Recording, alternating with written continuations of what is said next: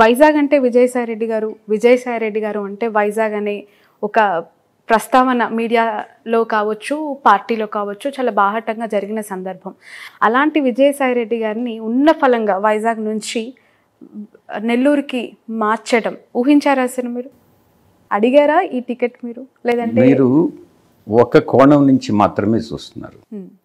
Party అధినాయకుడు శ్రీ జగన్మోహన్ రెడ్డి గారు ఏ బాధ్యతలు ఇస్తే ఆ బాధ్యతలు చేశారు. మొట్టమొదటిసారి నేను వెంకటగిరి నుంచి కంటెస్ట్ చేయాలనుకున్నాను అసెంబ్లీకి. కాదు, రాజ్యసభ అన్నారు. ఆయన ఆదేశాలు పాటించారు. పార్టీ అధ్యక్షుల వారి ఆదేశాలే శిరోధార్యం, దాంట్లో సందేహమే లేదు. ఆ తర్వాత నేషనల్ జనరల్ సెక్రటరీ అయ్యాను, రాజ్యసభకి వెళ్ళాను. రీజనల్ కోఆర్డినేటర్గా ప్రతి ఆంధ్రాలో ఉన్నటువంటి 13 జిల్లాలకి ఏదో ఒక సమయంలో ఎప్పుడో ఒకసారి రీజనల్ కోఆర్డినేటర్గా పనిచేశాను. ప్రతి 13 జిల్లాల్లో ప్రతి జిల్లాకి కూడా నేను పనిచేశాను. రాయలసీమ కావచ్చు, గోదావరి కావచ్చు, కృష్ణా జిల్లాలు కావచ్చు, ఉత్తరాంధ్ర కావచ్చు. ఎక్కడైనా కూడా విజయసాయిరెడ్డి అనేటటువంటి వ్యక్తి జగన్మోహన్ రెడ్డి గారికి, వైఎస్ కుటుంబానికి సేవకుడే. ఆయన ఏం చెప్తే అది చేయడం అన్నటువంటిది నా బాధ్యత. ఉత్తరాంధ్రకు పంపించినప్పుడు కొన్ని సమస్యలు ఎదురయ్యాయి. గోదావరి జిల్లాల్లో కూడా సమస్యలు ఎదురయ్యాయి. కాకినాడ ఎలక్షన్స్ నేనే, మున్సిపల్ ఎలక్షన్స్, కార్పొరేషన్ ఎలక్షన్స్ నేనే నిర్వహించినాను. అదేవిధంగా జీవీఎంసీ ఎలక్షన్స్ వైజాగ్లో కూడా నేనే నిర్వహించాను. మున్సిపల్ ఎలక్షన్స్ అక్కడ విజయం సాధించాం. కాకినాడలో అప్పుడు తెలుగుదేశం పార్టీ అధికారంలో ఉండింది. బట్ అప్పుడు ప్రభుత్వం మీద ఉన్న అభిప్రాయము, పర్సెప్షన్స్ అన్ని ఎంటైర్లీ డిఫరెంట్. ఇప్పుడు 2024లో మాట్లాడుతున్నాం, నెల్లూరులో ప్రతికూల గాలి వీస్తోంది వైసీపీకి అని వస్తున్న సర్వేలు కూడా ఇక్కడ మీరు కొన్ని సీట్లు కోల్పోబోతున్నారు, అందులో మీ పార్లమెంట్ సీట్ ఉంది, సిటీ సీట్ ఉంది, కొవ్వూరు సీట్ ఉందని పదే పదే ఆ ఛానళ్ళు కానీ అక్కడ ఉన్న నాయకులు కానీ చెప్తూ ఉన్నారు. ఎలా తీసుకుంటారు దీన్ని మీరు? మొట్టమొదట్లో ఈ నాయకులందరూ కూడా వెళ్ళిన తర్వాత నేను ఒకటే చెప్తా ఉన్నాను, ఈరోజు రాజకీయాలు, వర్తమాన రాజకీయాల్లో ఈ యొక్క తృతీయ శ్రేణి, ద్వితీయ శ్రేణి నాయకులను చూసి ఓటేసేటటువంటి పరిస్థితి లేదు. జగన్మోహన్ రెడ్డి గారిని చూసి ఓటేస్తున్నారు. కాబట్టి ఎవరో పార్టీ నుంచి వెళ్ళిపోయారు, దానివల్ల పార్టీ ఓడిపోతుంది అన్నటువంటి భావన మన మైండ్లో నుంచి తొలగించాలి. ఎందుకనంటే ప్రత్యక్షంగా నేను క్షేత్రస్థాయిలో చూస్తున్నాను కాబట్టి. వాళ్ళ వల్ల కొంత డిస్టర్బెన్స్ వచ్చిన మాట వాస్తవం.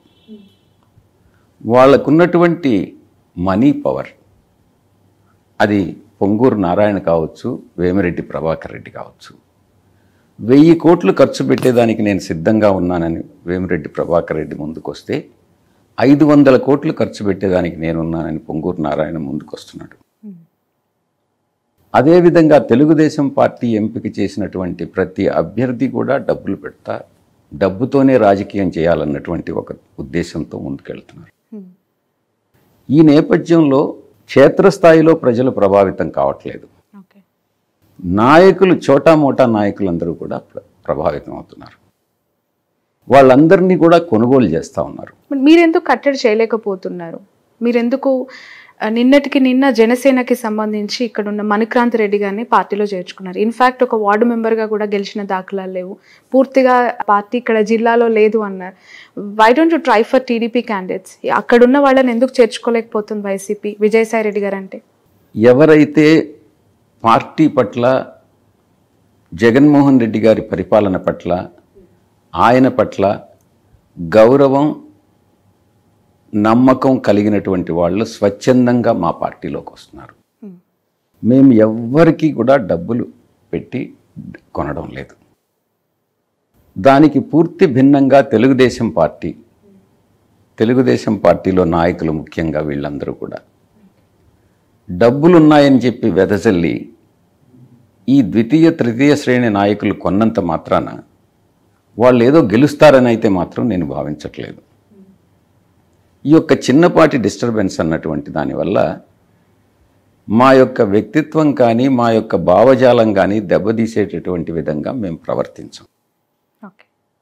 మేము వాళ్ళని డబ్బు పెట్టి కొని రాజకీయాలు చేయాలన్నటువంటి ఉద్దేశం మాకు లేదు. మా అధినాయకుడు అది నేర్పించలేదు. సేవ చేయండి, ప్రజలను మెప్పించండి, అధికారంలోకి రండి, గెలవండి అన్నటువంటిదే మాకు రైట్. ఇదేగా నిజమైతే మీరు ఒకటి గుర్తించాలి. వేమిరెడ్డి ప్రభాకర్ రెడ్డి 1000 కోట్లు పెట్టి పార్లమెంటు లోక్సభకి ఎన్నికైనట్లయితే పొంగూరు నారాయణ 500 కోట్లు పెట్టి అసెంబ్లీకి ఎన్నిక కాగలిగితే గతంలో ఎందుకు ఓడిపోయాడు?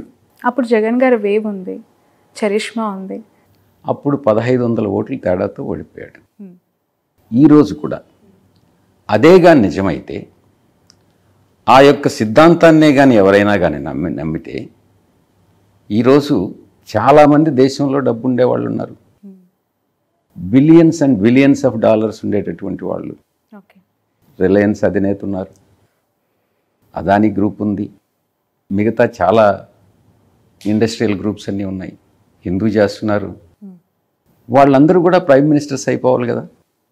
అది కాదు. బట్ అలాంటి వాళ్ళ సపోర్ట్ మీకే ఉందని టీడీపీ నేను చెప్తాను. ఇంకా అది ఒక ఎత్తు. అంటే డబ్బుతోనే మనం రాజకీయం చేయగలం, డబ్బుతోనే మనం టాప్ పోస్టులకు వెళ్ళిపోగలం అన్నటువంటి ప్రిన్సిపల్ తప్పు. ఎవరైతే నిజంగా ప్రజలకు సేవ చేయగలరో, నాయకత్వ లక్షణాలు ఉన్నాయో, ప్రజల అభిమానం చూడగలరో వాళ్ళు మాత్రమే నాయకులు అవుతారు, వాళ్ళు మాత్రమే పరిపాలించగలుగుతారు. ఇంకొక రకంగా కానీ చూసినట్టయితే, సినిమా గ్లామర్తో సినిమాల్లో మేమేదో హీరోయిక్ యాక్టివిటీ అంతా కూడా చేసి అదంతా కూడా మేము ప్రత్యక్షంగా మేము రాజకీయాల్లో చూపిస్తాం ఆ హీరోయిజం అని అంటే అది కూడా తప్పే. అలాగైతే అమితాబ్ బచ్చన్ ప్రైమ్ మినిస్టర్ అయిపోయి ఉండాలి, లేకుంటే షారూక్ ఖాన్ ప్రైమ్ మినిస్టర్ అయిపోయి ఉండాలి. అలా జరగదు ఎప్పుడు కూడా. ఎవరు ఏ రంగంలో రాణిస్తారో ఆ రంగంలోనే రాణిస్తారు. రాజకీయాలు అన్నటువంటివి ఒక ప్రత్యేకమైనటువంటివి. దాంట్లో నిజంగా అవసరమైనటువంటిది చిత్తశుద్ధి, ప్రజలకు సేవ చేయాలన్నటువంటి దృక్పథం, మంచి మనసు, ప్రజల సమస్యలను ఆకలింపు చేసుకుని వాటిని పరిష్కరించగలిగినటువంటి సామర్థ్యం, ఇవన్నీ కూడా ఉన్నటువంటి వాళ్ళే రాజకీయాల్లో రాణించగలరు. రైట్. విజయసాయి రెడ్డి గారు, ఇక్కడ ఉన్న మీ ప్రత్యర్థి మీకంటే చాలా బలవంతుడు, ఆర్థికంగా పరిపుష్టిగా ఉన్న లీడర్ అని చెప్పి మీరు పదే పదే చెప్తున్నారు. 1000 కోట్లు వెదజల్లటానికి ఆయన సిద్ధంగా ఉన్నారు అని చెప్పి మీరు స్టేట్మెంట్ ఇస్తూ ఉన్నారు. రాష్ట్రంలో 2024లో ఏ పార్టీ గెలుస్తుంది, ఏ పార్టీకి ఎన్ని సీట్లు వస్తాయనే చర్చ ఎంత బలంగా జరుగుతోందో, నెల్లూరులో గెలుపు ఎవరిది, విజయసాయి రెడ్డికి వచ్చే మెజారిటీ ఎంత అనే చర్చ కూడా జరుగుతోంది. మీ నమ్మకం ఏంటి, మీ ధీమా ఏంటి, గెలుపుపై మీరు ఎంతవరకు కాన్ఫిడెంట్గా ఉన్నారు? ఇప్పుడు ఉన్నటువంటి మీడియా కానీ చూస్తే మీరేమనుకోనంటే ఒక మాట చెప్తాను. మీకు ఏ రకమైనటువంటి సర్వేలు కావాలంటే ఆ రకమైన సర్వేలు వస్తాయి. ఓకే. విజయసాయి రెడ్డి 2 లక్షలతో 3 లక్షలతో ఓడిపోతాడని నేను చెప్పమంటే చెప్పేటటువంటి మీడియా సంస్థలు ఉన్నాయి, సర్వే సంస్థలు ఉన్నాయి. అదే రకంగా విజయసాయి రెడ్డి 3 లక్షలతో గెలుస్తాడని చెప్పించాలనుకుంటే చెప్పేటటువంటి మీడియా సంస్థలు ఉన్నాయి, సర్వే సంస్థలు ఉన్నాయి. ఇది కాదు. ప్రజల మనసుల్లో ఏముంది, మెజారిటీ ఇప్పుడు ఉండేటటువంటి ఈ యొక్క భిన్న సంస్కృతులు, భిన్న సాంప్రదాయాలు ఉండేటటువంటి భారతదేశంలో 50% మించి బీసీలు ఉన్నారు.